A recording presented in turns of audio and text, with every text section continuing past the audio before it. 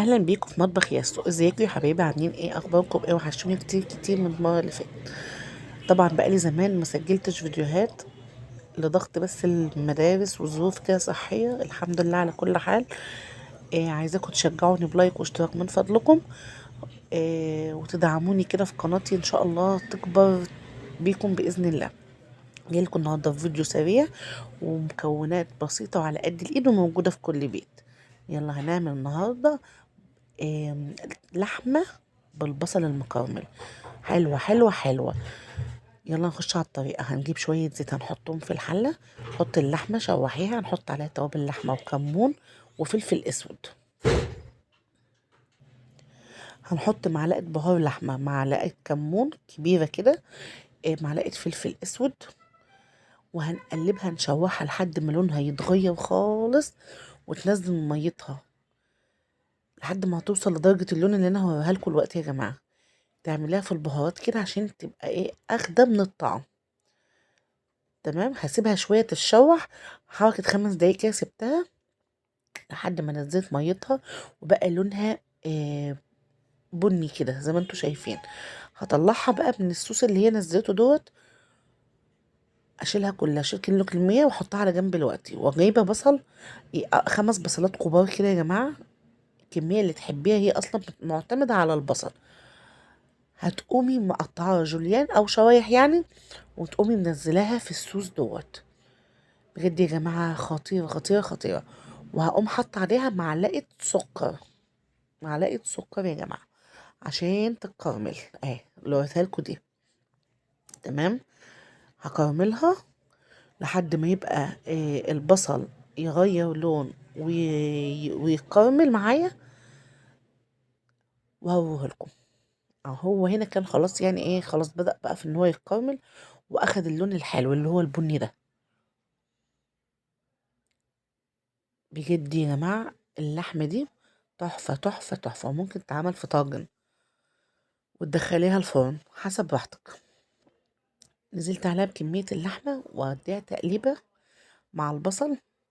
لو عايزة تقطعي فلفل حامي او فلفل اخضر عادي ممكن. وطبعا هنزل عليها بقى بالمية السخنة. مش هحط ملح خالص دلوقتي غير لما تدخل في السوا، لان الملح بيأخر عملية السوا انتوا عارفين. هقلبها تقليبة كده وهقفل عليها وهحطها يعني قصدي على العين. وهعمل معاكم رز البسمتي. شوية زيت محترمين كده عشان الرز بيكون بيلمع. انا ما بنقعوش، بشتغل فيه على طول. معلقة معلقة كبيرة بهار رز اللي هو البسمتي.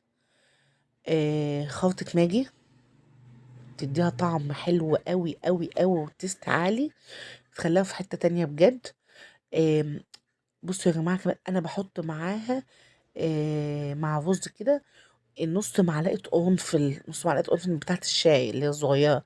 بتديها نكهة حلوة جدا، جربوها. مش هتندموا بجد. والملح بتاعي، هي البهار بيبقى فيها ورق لورا، بيبقى فيها قرنفل حب، بيبقى فيها لومي، بيبقى فيها اللي هي بودرة الزعفران. وبحط الملح، بظبط الملح بتاعي وبظبط المية. عارفين طبعا ان الرز البسمتي بياخد مية اكتر من الرز البلدي بتاعنا. لو كوباية رز تحط لها عليها كوباية ونص او كوباية وتلات ارباع مية عشان الرز يطلع معاكي مفلفل. نحمر شوية بطاطس مع بعض، مقلية بطاطس كده. الأكل اللي بص يا جماعة كان في حتة تانية خالص، حتة تالتة حتة رابعة زي ما تقولوا قولوا. من حلاوة اللحمة، من حلاوة الرز، بجد كان خطير. صلوا على النبي يا جماعة في الكومنتات، ومتنسوش تدعموني بلايك واشتراك من فضلكم. وده الشكل النهائي للأكل تحفة تحفة تحفة. عملت برضه تومية. تومية أنا كنت عاملة لكم قبل كده في كذا فيديو، اللي حابب يعرف طريقتها. تمام. هنا اللحمة كانت استوت وبقت بتدوب دوب كده في البق. ورز بس، رز بسمتي مفلفل وزي السكر. بوريكم هنا اللحمة بس كانت سخنة نار طبعا، دايبة دوب. الطحينة عملتها، الطومية دي أنا اللي عاملاها في البيت. جميلة جميلة. وشوية بطاطس، شوية خيار. مع السلامة، باي باي. متنسوش تدعموني بلايك